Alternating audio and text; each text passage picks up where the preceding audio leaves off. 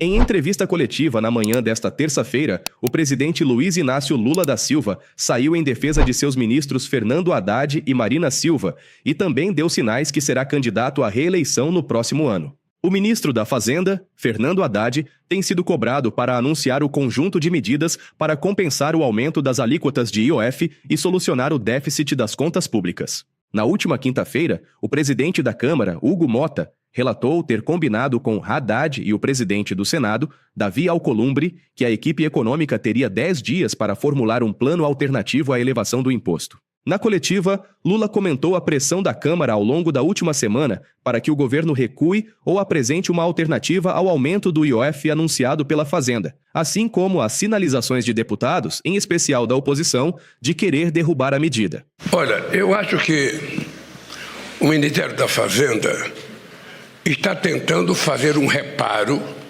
que foi um acontecimento do não cumprimento de uma decisão da Suprema Corte pelos companheiros senadores que, quando aprovaram a desoneração, sabiam que tinha uma decisão da Suprema Corte que era obrigado a haver a compensação e ficaram de apresentar a compensação.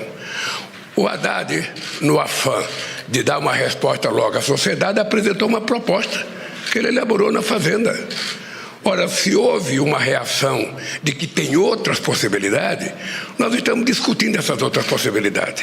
Lula defendeu o ministro da Fazenda e negou que Haddad tenha errado ao apresentar proposta de elevação das alíquotas, mas ter voltado atrás em parte das medidas no dia seguinte. Olha, o que a Fazenda fez? A Fazenda trabalhou e era uma sexta-feira que fez o anúncio, tá? Eu já não estava mais aqui, poderia ter feito uma discussão, sabe? Não aconteceu.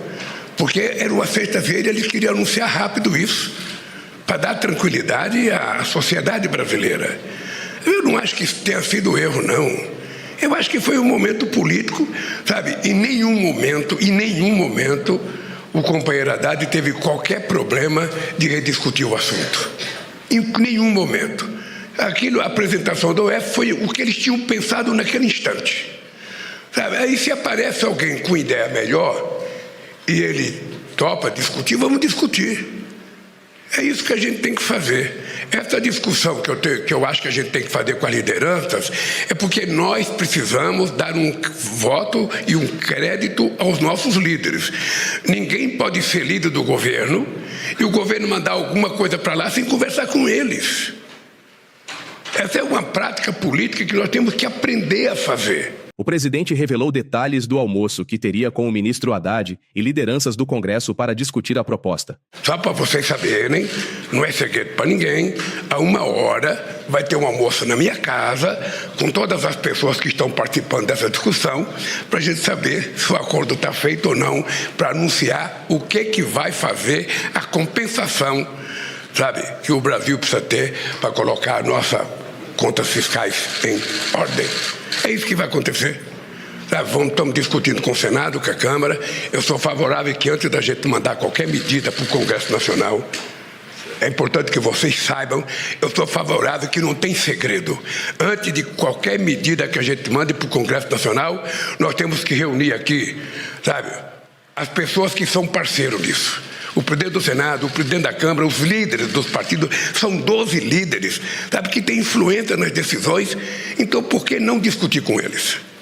Nós já fizemos uma reunião domingo à noite na minha casa, sabe, marcamos reuniões ontem e hoje vai terminar na minha casa com o almoço que eu vou oferecer para os nossos companheiros que estão elaborando a nova proposta.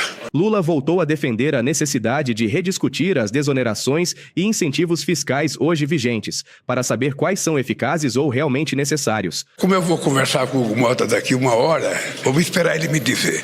Deixa eu dizer uma coisa para vocês. Vocês sabem, nós temos um problema que é uma deficiência cultural no Brasil. Ou seja, todo o benefício que você dá para o setor produtivo, para os empresários, para que uma empresa possa se instalar no Estado, para que a gente possa evitar uma crise econômica, e eu já fiz muito. Ou seja, você dá por 1 ano, por 2 anos. Quando você quer tirar, é muito difícil. As pessoas querem que seja permanente. Ou seja, se você conversar com o Haddad, você vai ouvir o seguinte: você sabe quanto que o governo deixa de arrecadar por conta de benefício aos empresários? 800 bilhões de reais. 800 bilhões de reais. Não é pouca coisa, gente. Não é pouca coisa. É muito dinheiro. Mas por que eu vetei a questão da desoneração? Sabe? E entramos na Suprema Corte.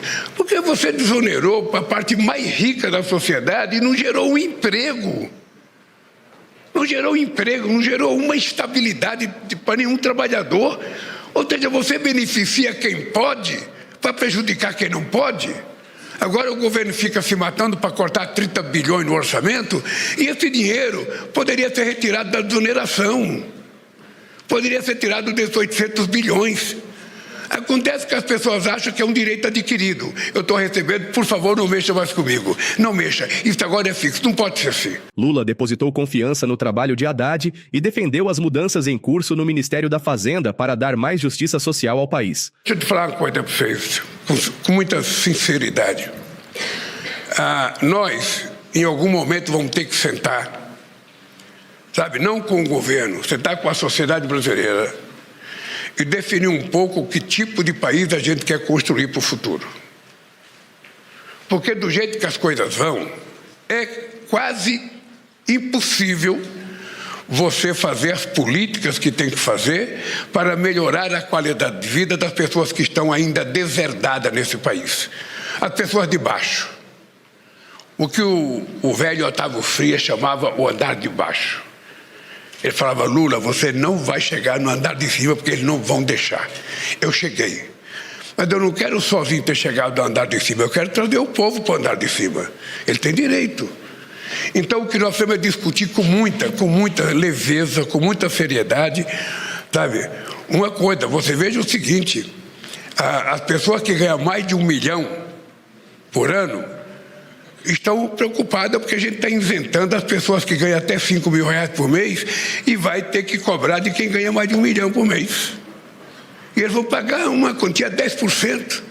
Veja o Câmara, você veja o cara, você vai receber um benefício, não vai pagar imposto de renda até teus 5 mil reais, e o cara que ganha 1 milhão ou mais, que vai pagar 10%, não quer pagar. Assim a gente não consegue construir um país de classe média. Sabe, quando a gente tem inveja do padrão de vida da Alemanha, do padrão de vida da Suécia, do padrão de vida da Holanda, do padrão de vida da Suécia, ou seja, é porque lá houve um momento que se estabeleceu regras em que o país é de todos e não apenas de poucos. Esse país não pode ser governado para apenas 35% da população, sabe, que tem um poder de compra razoável.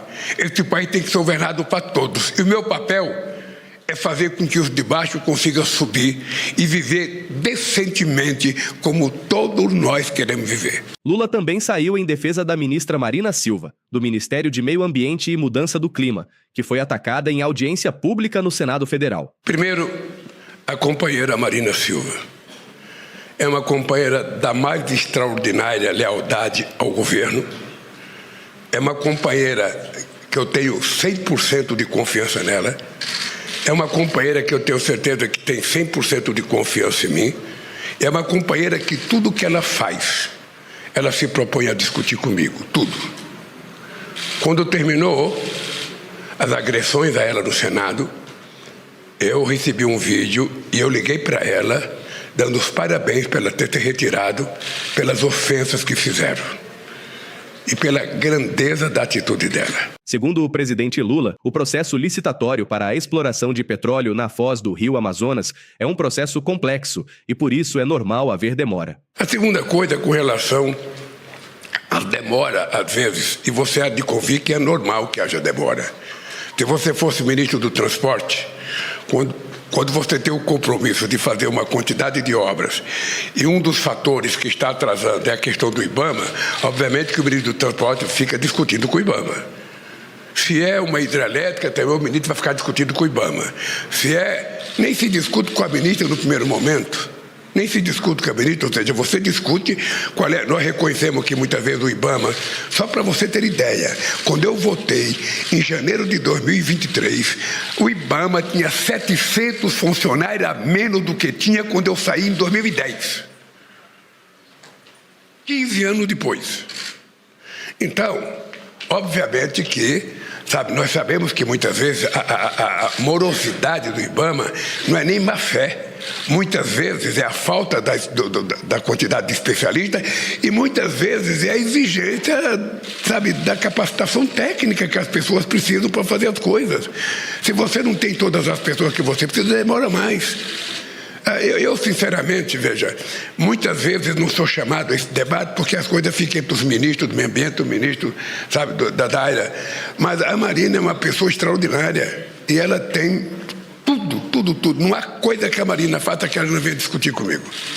E tudo que é aprovado lá passa na minha mesa. Portanto, não há nenhum problema. Vai continuar sendo um motivo de atrito sempre. Já foi no primeiro mandato, no segundo mandato, no terceiro mandato, foi no governo do Fernando Henrique Cardoso, foi no governo do Sarney, foi no governo de todo mundo.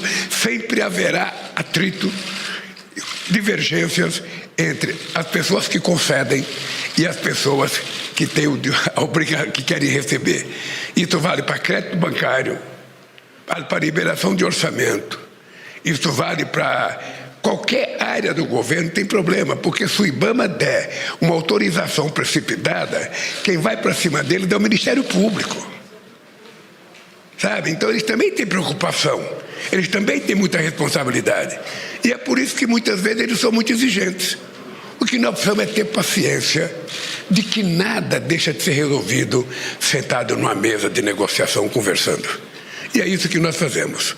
Quando não tem solução, vem para a minha mesa e a gente decide. Lula foi questionado sobre reformas ministeriais no governo e a estratégia política para o Senado e governo dos estados. Quero lhe perguntar o seguinte: Guilherme Boulos vai substituir Márcio Macedo na Secretaria-Geral da Presidência? E ainda, o senhor deseja, para o ano que vem, o senhor vem falando que é preciso enfrentar o bolsonarismo, não deixar o bolsonarismo avançar. O senhor quer ver Geraldo Alckmin e Fernando Haddad candidatos por São Paulo, seja ao governo ou ao Senado? Você fez duas perguntas que você sabe que eu não vou responder. A primeira, porque não é correto o presidente, numa entrevista, dizer se vai trocar alguém ou não. Segundo, dizer quem é que vai ser candidato, se vai ser ou não.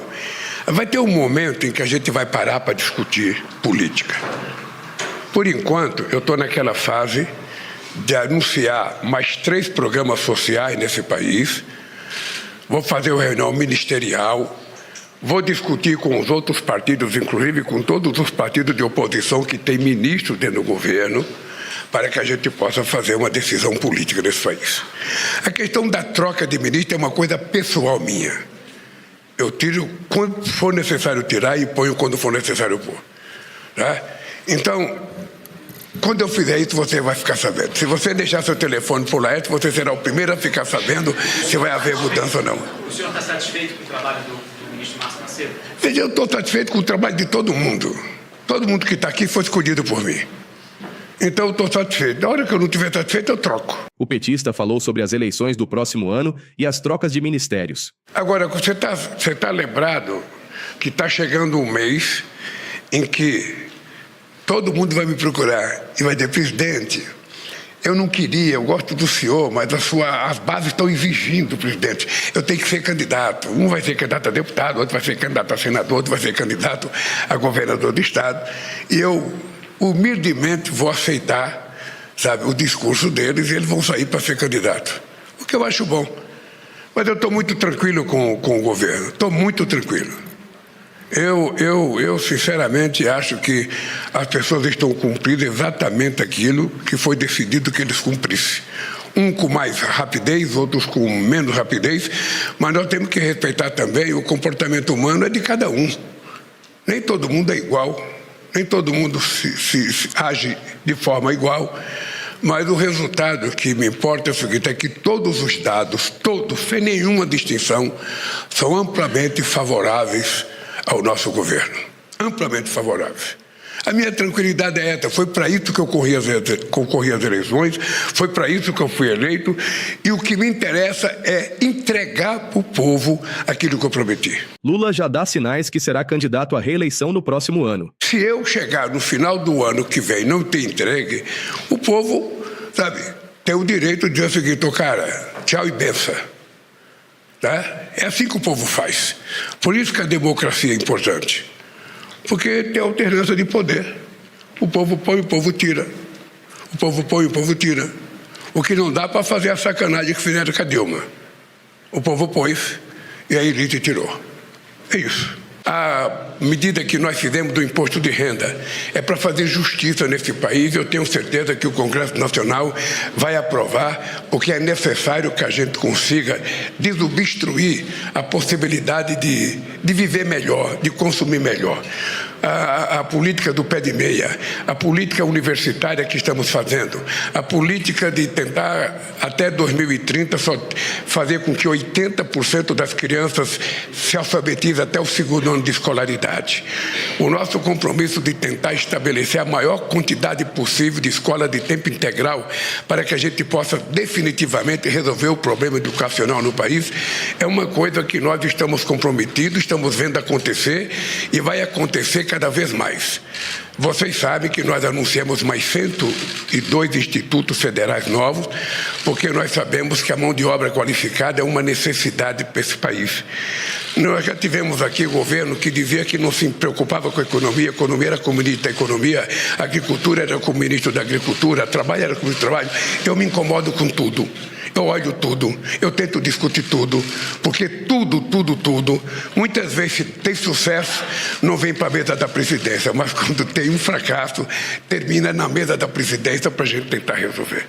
Então eu estou num momento exitoso, sabe, com o resultado que estamos colhendo no Brasil, com a dificuldade de um país que sofreu um baque muito grande nos últimos 7 anos, antes da gente chegar à presidência da República, um retrocesso que jamais a gente imaginava que o Brasil pudesse receber. Quando nós anunciamos o fim, sabe, tirando do Brasil do mapa da fome em 2014, eu jamais imaginei que ia voltar à presidência da República e encontrar 33 milhões de pessoas voltando ao mapa da fome por irresponsabilidade de pessoas que não quiseram governar isso.